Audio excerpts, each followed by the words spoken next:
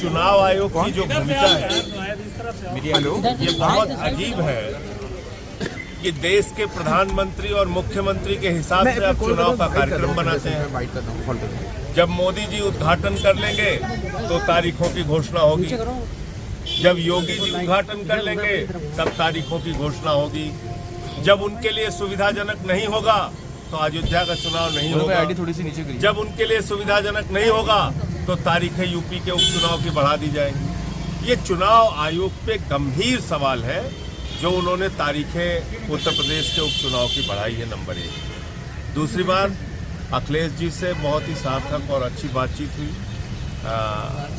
उत्तर प्रदेश के उपचुनाव में आम आदमी पार्टी समाजवादी पार्टी के कैंडिडेट्स के लिए प्रचार भी करेगी और जहां भी ज़रूरी हुई सभाओं में हम लोग जाएंगे भी। हमारा मकसद है कि भारतीय जनता पार्टी जो देश में नफरत की, सांप्रदायिकता की राजनीति कर रही है, दंगे फसाद और झगड़े की राजनीति कर रही है, उनको इस उपचुनाव में भी पराजित किया। कल गाजियाबाद में रैली है, आप वहाँ मौजूद रहेंगे क्या? देखिए, ऐसा है, पोस्टर का जो आप सवाल उठा रहे हैं, जो लोग कोई काम नहीं करते, भाई चुनाव में आपको क्या बताना होता है कि भारतीय जनता पार्टी के डबल इंजन सरकार की ये उपलब्धि है, हमने इतना रोजगार दिया, इतना स्कूल बनाया, इतना अस्पताल बनाया, इतनी सड़कें बनाई, तो ये तो बताने के लिए है नहीं योगी जी के पास, तो पोस्टर वार में लगे हुए हैं, बांटेंगे कटेंगे कर रहे हैं। आपने तो उत्तर प्रदेश को आज इस हालत में पहुंचा दिया है। थाने में देखो तुम कर क्या रहे हो। मोहित पांडे की हत्या हुई, थाने में अमन गौतम की हत्या हुई, एक पूर्व फौजी को पीटा जा रहा है रायबरेली के अंदर, 27,000 सरकारी स्कूल आप बंद करने जा रहे हैं, 26,000 सरकारी स्कूल आप बंद कर चुके हैं, बस अब ठीक है। ओबीसी आरक्षण को आपने खा लिया, जिसके कारण से नौजवान वो धरने पर बैठा हुआ है, आंदोलन कर रहा है कि हमारा आरक्षण हमको दिया जाए।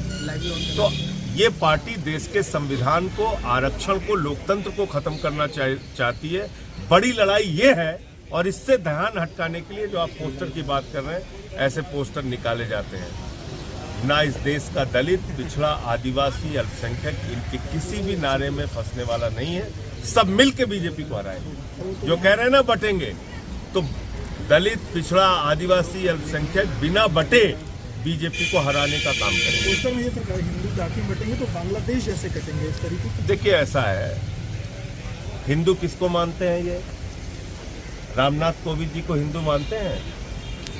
देश के राष्ट्रपति थे, क्योंकि वो दलित समाज से आते हैं, इनको मंदिर के शिलान्यास में उनको नहीं बुलाया गया। प्रभु श्री राम के मंदिर के शिलान्यास में श्री रामनाथ कोविंद जी को नहीं बुलाया गया, जो तत्कालीन राष्ट्रपति थे।